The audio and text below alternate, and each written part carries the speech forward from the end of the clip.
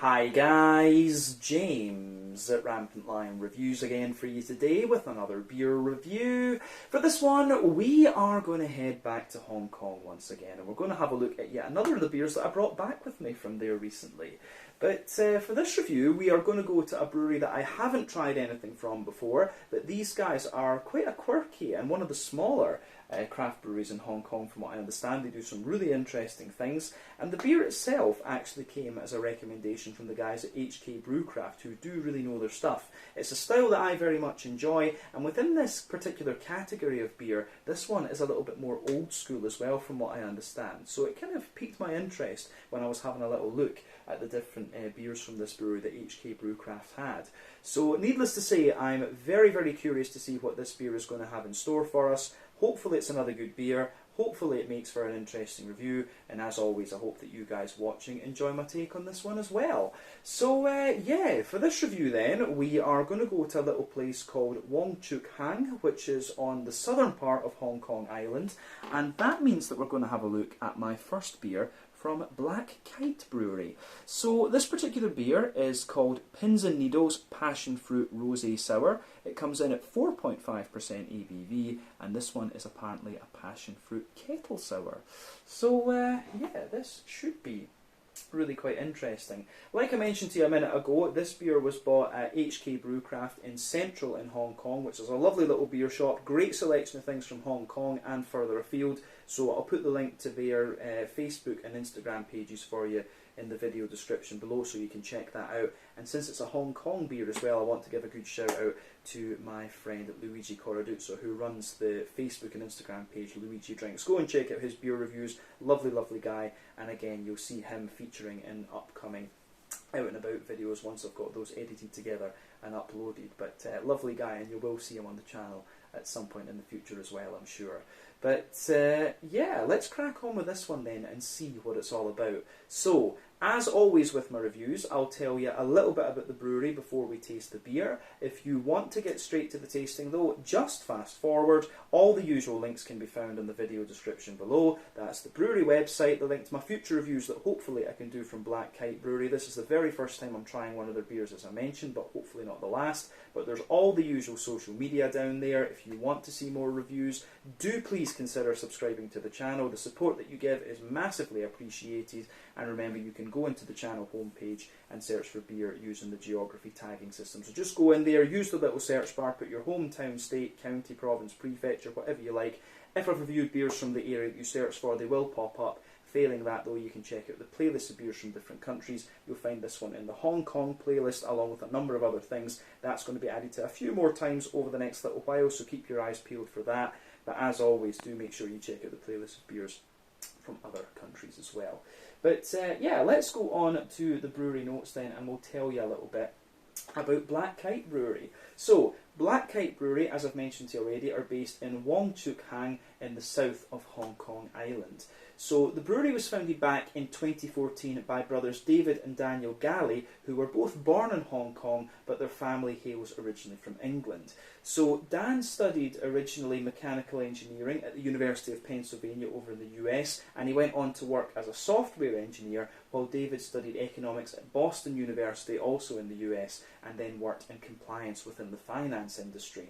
But these guys were quite avid home brewers and wanted to just brew something for themselves, and they just kind of got deeper and deeper into this hobby. But when it comes to the company, Daniel actually left in 2019, but David continued brewing and also teamed up with Tom Turner of Neon Cider, who's originally from Dorset in England, and this is actually the first cidery that's been founded in Hong Kong, which is pretty cool. But he also used to brew for Young Master Brewery and is now the head brewer of the company. But they also rebranded in 2020 to change the logo to a more kind of simplified design with Hong Kong elements, and over the years they've continued to build up the brewery infrastructure and build up their sales, but they are still a very small operation. I think their brew kit, just judging by the photos, I think their brew kit was maybe quite small and something along the lines of like 500 litres.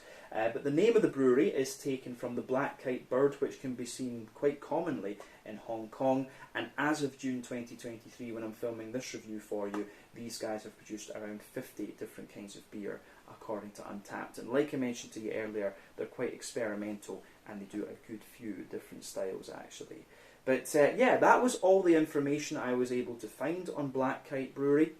There really wasn't too much available about these guys, but I searched through quite a number of different sources, and that was what we came up with. So a brewery that was originally founded with two brothers. One of them is still brewing, along with the founder of the first cidery in Hong Kong, who previously brewed for Young Master Brewery, who are very, very good, I have to say. But yeah, that's a basic summary of the history behind Black Kite Brewery. But if you want to learn more, you can of course check out the brewery website. You can follow them on Facebook and Instagram to keep up to date with all the latest goings on, and you can check out the Rate Beer, Untappd and Beer Advocate pages to learn a little bit more about all of the different beers that these guys have done. So yeah, let's go on then and actually have a little look at the beer itself. So yeah, you can see the can on this one, I believe this is 330 millilitres. Yeah, it is. I wasn't sure if it was maybe a 375, but yeah, it is 330 millilitres. Lovely artwork on this one there. You can see the constellations inside the head, which is pretty cool. But yeah, there you can see it. Black Kite Brewery, Pins and Needles, Passionfruit Rosé Sour, 4.5% ABV as we said. And it tells you just a little bit about the beer on the back here. It says, oh, what a kick. Pours hazy orange with nose of tropical passion fruit, gentle waves of sour notes that are slowly melded into a sweet passion fruit finish. Our kettle sours are a reflection of our brewer's adventurous spirit, experimenting with local flavours and seasonal fruits to create different interpretations of our kettle sour. So yeah, that is pretty cool actually. And we have a lovely passion fruit sour, in fact, from Yardley Brothers actually. So yeah, you do get some really, really nice passion fruit from the Hong Kong Peninsula. The other thing that I'm going to say about this can, you can feel when you hold it, this thing is dense as fuck. This is a very, very heavy can, so I'm curious to see how this beer is actually going to pour, to be honest with you. But as we said, a 4.5% passion fruit kettle sour, this one from Black Kite Brewery in Wong, Chuk. Let's get this guy out into the glass and see what we have here. Yeah, you can hear the carbonation in this one as you open it up. But let's get it out into the glass and see what it's all about. There we are. No sediment at the bottom of the can either, and before the head disappears you could see that this one poured with about a finger of quite a volatile, obviously, but still very kind of foamy white head. That has just faded away to be pretty much nothing. You've just got a little ring around the edge of the glass there. So yeah, looks pretty nice, and definitely, you know, I was ready to compare this to the passion fruit. What was it? The passion fruit slap, if I remember rightly, from Yardley Brothers Brewing Company. But obviously, this is going to be very different. You can see right away just from the appearance. But as we said, this one poured with about a finger of a frothy, quite volatile perfect white head there, which has now faded away to be pretty much nothing. But you can see the colour of this beer is absolutely lovely. It looks a little bit like a West Coast IPA, to be honest with you. It's got that lovely kind of light amber tint to it, but one or two big bubbles sticking toward the side of the glass, a few little ones going up toward the surface of the beer there, but overall not too much in the way of visible carbonation, and you can see little bits of sediment particle just kind of floating around in this one. In fact, it does look pretty nice. So you can see little bits of malt sediment there and little tiny bits of what I'm guessing is passion fruit as well. But yeah, it looks very, very nice, this one. So remember, the colour of your beer depends on a few things. One, the type of malts that you use. This goes a long way to determining your EBC rating. Two, length of your wort boil is also going to play a role, because the longer you boil the wort, the more the sugars caramelise, and thus you get a darker colour of beer. But any barrel aging that you do or adjuncts you put into the beer will also affect the colour of the beer too. And when it comes to kettle sours and the more modern, smoothie, fruity, whatever you want to call them, sour beers, that is going to play a role. So the colour in this one will be down to the type of malts that have been used, and most likely the passion fruit as well. But yeah, it looks like a really nice beer, this one, I have to say. You can see it is pretty much crystal clear, and this is a thing that you quite often get with kettle sours. There's a little bit of a natural haze to it, but yeah, not very much. This beer is pretty damn clear, as you can see when I put my fingers behind the glass. So yeah, let's have a wee look at the aroma of this one then, and see what it's all about.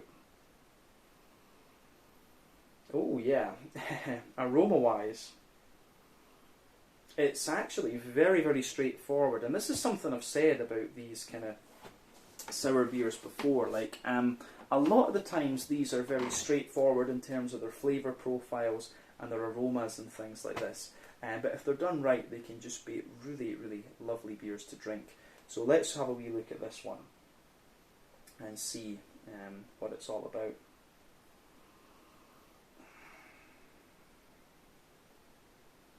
So yeah, I mean, for me, straight away, it's all about that big, juicy passion fruit. It's got this lovely, big, kind of oily, juicy passion fruity sort of thing coming out of it, which I think is really very, very nice. But yeah, can't knock this one at all. But on the yeah, I mean, on the malty side of things, there's a fair wee bit going on. You do get a little touch of hoppy character out of this one as well. I'm curious to see whether this beer has the ingredients listed on it. It doesn't look like that actually, but yeah, this beer does have a very straightforward aroma profile to it. So let's just break it down and describe it for you a wee bit more in depth. So the backbone of the beer, you do get a tiny little hint, a very slight kind of fresh white bready bread crust out of this one. There's a little bit of that going on, but you really have to search for it. This beer is pretty much just juicy passion fruit in terms of its aroma, but there's a little touch of bread crust in there, a little bit of a kind of Jacob's cream cracker as well.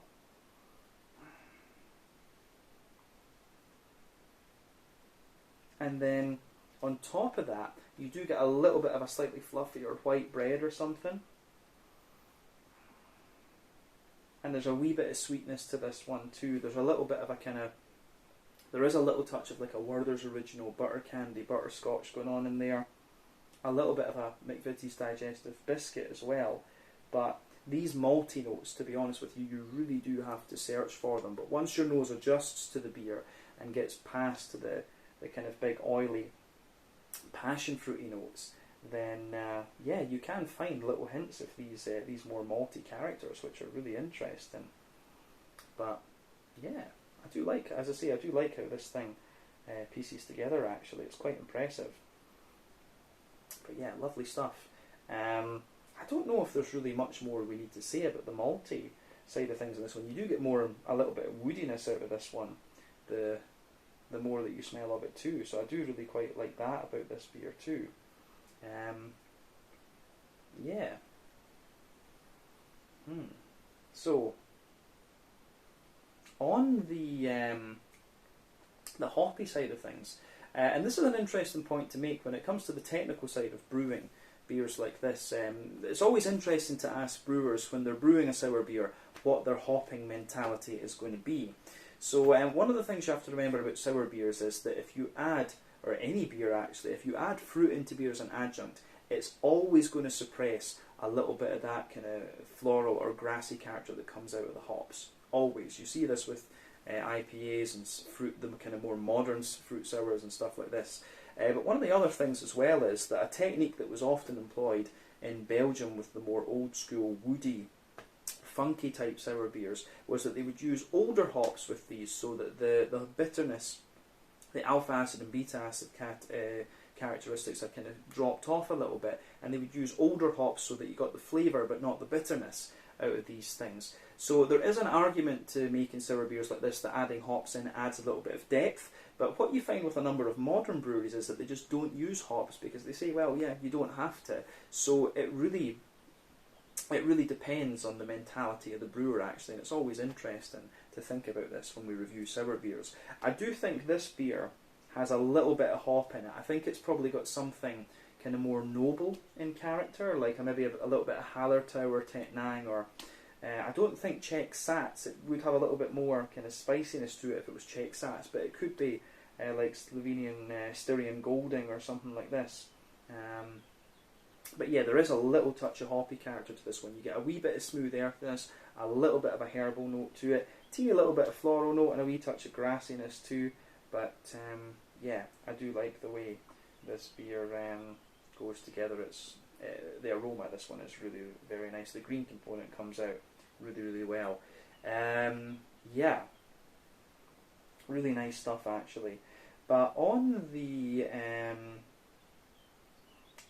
on the fruity side of things with this one, then I think we've said everything we need to about the green component of it. I'm pretty sure it'll be one of the more noble hops that's been used in this. But on the fruity side of things, it is pretty much exactly as you would expect. It's all about the passion fruit. It does have a little bit of a kind of sour tartness to the passion fruit, but I've always found that passion fruit is a lovely kind of oily and quite smooth fruit, generally speaking. And that comes out in swathes when you look at the aroma of this beer. But underneath that, of course, you've got a few other things. You've got a little bit of a kind of, you do have a little touch of a kind of sultana type note out of this beer, like, you know, white, green, grapey characteristics. There's a little bit of an oily pear in this one as well, and yeah, the way that everything goes together in this beer, I think, is very, very nice. Yeah, there's a few, as I say, there's a few little things going on in this one, but it smells absolutely beautiful, this beer. So if you get the chance to try it, and as I say with all the beers, take a bit of time to just enjoy that aroma, think about it a wee bit, and just enjoy it. This is always half the experience when it comes to drinking craft beers. So yeah, let's have a wee look at this one then and see what it's all about. Time to taste it. So yeah, just so that I get the name right, this one is the Pins and Needles Passion Fruit Rosé Sour. Our Passion Fruit Kettle Sour coming in at 4.5% ABV from Black Kite Brewery in Wong, Chuk on the southern part of Hong Kong Island, over in Hong Kong. So let's get stuck into this one. Slàinte, Skål, cheers, Gambé.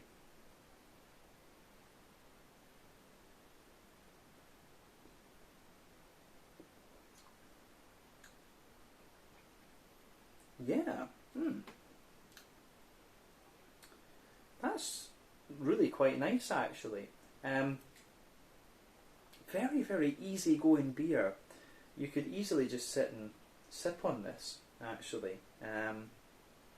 Very summery beer in my opinion as well.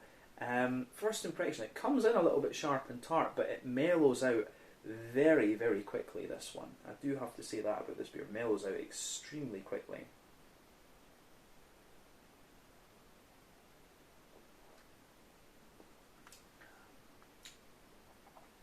But I do think it is really quite nicely done.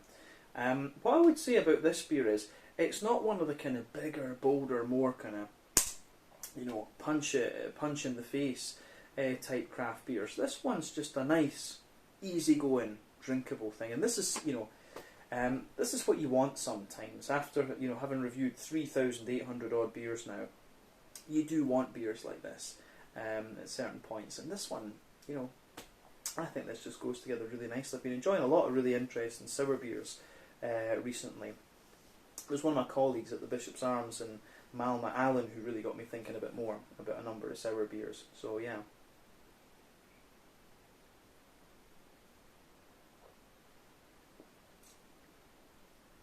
So, in terms of the in terms of the overall flavour of this beer, though, like I say, it comes in a little bit sharp and tart, it mellows out, and you get a lot of smoothness from the fruit and a lot of sweetness into the aftertaste with this one. But yeah, I really do like how this beer pieces together. So yeah, in terms, let's have a little look at the the flavour of this one, then we'll break it down and describe it a wee bit more in depth. So middle third of your palate, then you've got a nice the backbone of this beer, you have a really nice sort of, it's almost like a woody backbone that the beer has. So the middle third of your palate, you can feel this nice kind of smooth, almost woody characteristic there. As you go further forward on that middle third of your palate, you get maybe just a little touch of like vanilla, or yeah, you get a nice little touch of like vanilla, or you get a little touch of vanilla, or sort of Werther's and kind of Werther's Original, kind of butterscotch, butter candy type note out of this one. But above that woody layer, you've got a little bit of a kind of fresh white bready bread crust coming out of the beer.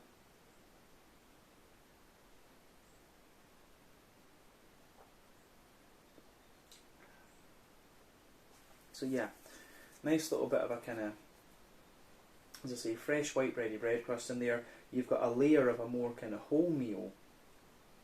You've got a layer of a more sort of wholemeal brown bready character in there, which is great. And then above that, you've got a nice kind of smooth white bready character as well. So yeah, the bready notes in there. The brown bread has a lovely little bit of sweetness to it. The white bread has a lovely little bit of sweetness. And yeah, the way everything goes together in this beer, I think is very, very nice actually. Yeah, above the kind of white bready layer, you get more and more of the breadiness as well out of this one the further into the aftertaste that you go. But in terms of the above the bready character in this one, you get a little circle in the middle of your palate, and it's like a Werther's Original butter candy, butterscotchy type thing that comes out of this one. So yeah, I do like how this goes together.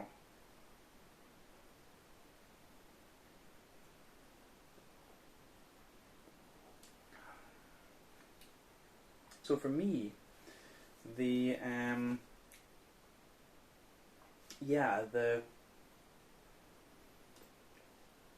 there's a little touch of that sweetness there in the middle of the palate too, and that kind of lingers there into the aftertaste.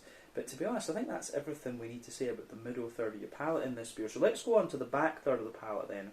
And as I've often said, the back third of the palate, you get similar flavours, but they just come out in different intensities, I guess we could say. So for me, the border region between middle and back third of your palate, then you get a nice little bit of a bready build-up in there. And you can feel there's a little touch of sweet brown bread underneath, but a little bit of white bread further up. But then the base of that,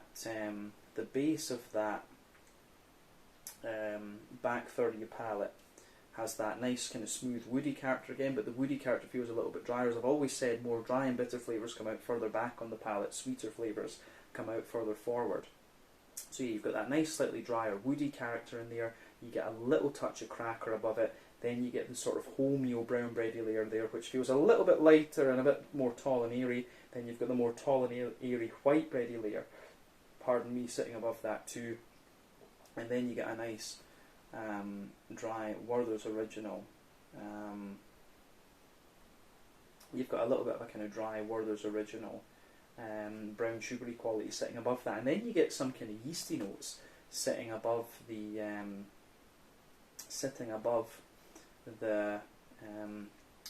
top of that back third of your palate. So there's a little bit like it's like a sweet kind of almost like doughy type thing. It's almost got a little touch of like a slightly cookie dough-ish type flavour to it there, but it's kind of wrapped in a sort of honeycomb type thing. I always get a bit of honeycomb on the back third of the palate for some reason from the yeast. I always just get a little bit of sweetness up there, but you can definitely feel that on the malty side of things, the back third of the palate, the flavour is definitely taller. Then as you come further forward into the middle third of your palate, the flavour just condenses down and squashes together that little bit more. But yeah, the bready notes you get in this beer, they're quite dense in terms of the flavour, but they're also quite light. They're not so prominent in the flavour, I think is a good way to describe it. But yeah, let's have a little look at the hoppy side of things with this one. As I say, with this beer, if you were to tell me there wasn't hops in this one, I wouldn't be surprised. But I think when you have a kettle sour, you do always need to put a little bit of hop in it to just kind of balance it out more.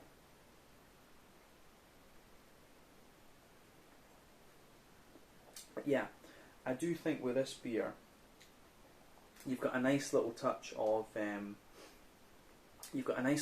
earthiness there in the back corners of the palate, but it's very, very smooth. As you move further forward, it gives you a little touch of herbal character, and as you push toward the kind of front corners of your palate, you've got a nice little bit of floral aromaticity coming out of this one. So you can feel that floral aromaticity just coming out of it, but then round the front curve of the palate, you get a little bit of a lighter, more grassy type thing coming out of the beer. So yeah, you do get a little. I'm pretty sure there is a little bit of like noble hop or something in this one, just a Hallertau or a Tettnang, something like that. Yeah, you do get a little bit of green hoppy component the further into the aftertaste that you go with this one. But as I say, when you add fruit into beer as an adjunct, it always suppresses some of the hoppy character. You can feel a bit of the passion fruit just doing that around the kind of front edges of your palate. So yeah, that's interesting for sure. Let's have a wee look at the let's have a little look at the front third of your palate then, and the fruity side of things.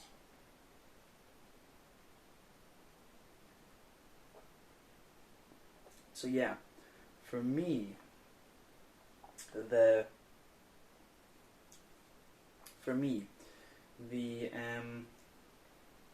front third of your palate then, the border region between front third and middle third of your palate, you get a little bit of bready build up in there again. Again, it's a sort of sweet brown bread with a little bit of white bread on top of it. Then the base of that, front third of your palate is you get the woodiness there, which feels a little bit smoother and sweet. Then you get a wee bit of it on the front third of your palate. There's a little bit of that more Werther's Original butter candy butterscotch. Then you just get a wee bit of that dense bready character, kind of sitting on top of it as well. Then you get a little bit of fruity character out of this one. So for me, there's definitely a layer. I do think there is a little bit of hop in this beer, because at the back of that front third of your palate, you get a slightly kind of sultana type flavour, you know, dry white green grapes. But as you come further forward, there's a little bit of oily pear. But of course, on top of everything else, kind of compounding it all, you have the passion fruity notes in this one. The passion fruit's a very smooth kind of character, and then it gives you a lot of kind of oily sweetness sitting on top of that. So yeah, the way it goes together is really quite interesting for me. So it gets a thumbs up in that regard, definitely. It's a really nice beer, this one. Actually, it's sort of taken a wee bit of time for me to kind of get into it, but yeah, I like this. So well done to Black Kite. It's quite different to any of the other beers I've had from Hong Kong, I have to say, and that's what I've heard about this brewery, is that they do some really kind of unusual and sort of quirky stuff. So yeah, good stuff.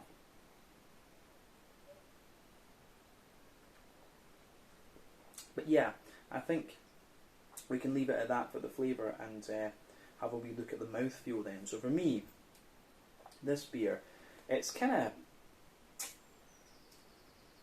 very slick and oily thing. It's kind of hard to place. Would it be bottom end or right in the middle of the spectrum of mid-bodied, something like that?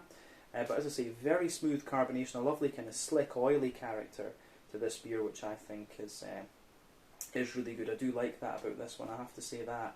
But then yeah, you do have with this beer, I think that covers the general vibe of the beer. But yeah, you've got a little touch of bitterness. There's maybe like 5 IBUs or something like that. You do get a little bit of green point. It's not saying on the can yet. It says it's 10 IBU on the can. I don't know. This kind of shows you. I actually would have thought it was even less than that, to be honest with you. So this is why I always say take my IBU counts with a pinch of salt. They're saying it's 10 on the can, but it feels like it's got very, very little bitterness to it.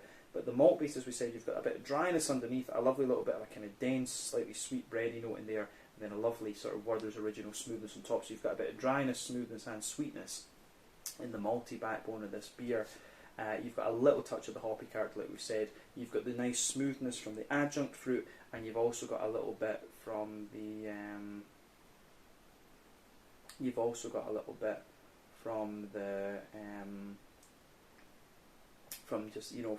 from what I suspect is the hops as well. Got a little bit of the oily, hoppy character coming out of this one too. So yeah, the way that this beer goes together, I think, is really quite interesting. So again, it gets a thumbs up from me. Really good stuff. Yeah, I think that's everything we really need to say about this one. So yeah, this was the Pins and Needles, a passion fruit and what do they call it? Passion fruit rosé sour, a kettle sour at 4.5% ABV, and a really interesting beer. I have to say that it did surprise me, this one, because when I had the beer when I had the can in my hand, it felt really, really dense. I was thinking this was going to be like a really dense, sort of almost like smoothie type sour or something like that. But it surprised me in a good way. This is a nice change of pace when it comes to the modern sour beers. So yeah, but as I say, that's everything we need to say about this one. So as always, let me know your own thoughts on this beer in the comment section below. Let me know what your favourite beers are from Black Kite Brewery as well. We'll see if we can return to these guys at some point in the near future. But thank you for watching. Check out my social media, check out Black Kite's Brewery's social media. Let me know some other Hong Kong beers and breweries that you guys would like to see me check out, and I will catch you guys again in another place very, very soon. So until then, slàinte, skål, cheers, and see you guys in the next review. Ciao just now.